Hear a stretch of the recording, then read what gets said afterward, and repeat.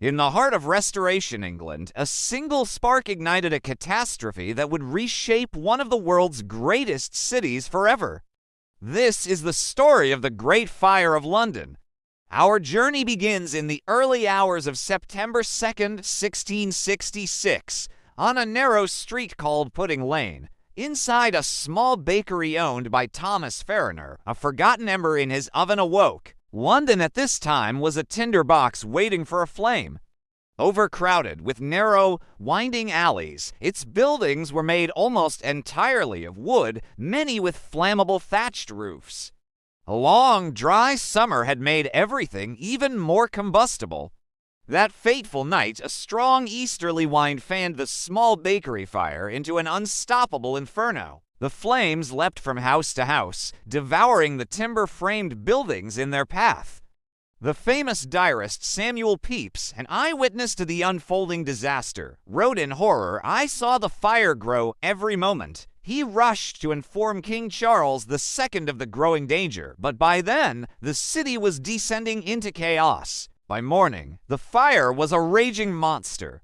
It had consumed homes, businesses, and ancient landmarks. Panic gripped the city.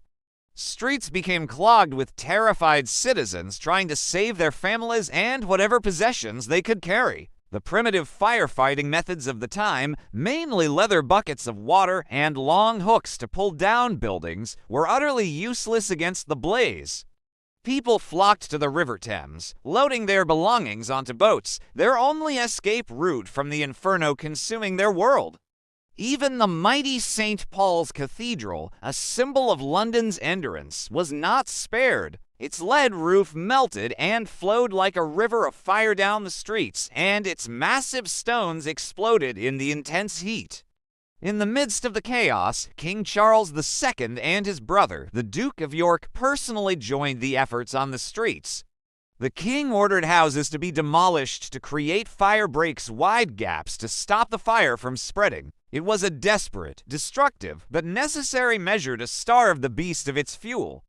For relentless days the fire raged on. It seemed like nothing could stop it. But amidst the destruction, moments of bravery shone through. Ordinary Londoners and organized bands of firefighters, led by figures like the Duke of York, worked tirelessly, risking their lives to halt the fire's advance. Then, a turning point, the strong easterly wind that had so viciously fueled the fire finally died down. This crucial shift gave the firefighters the break they needed. They were able to create effective fire breaks and finally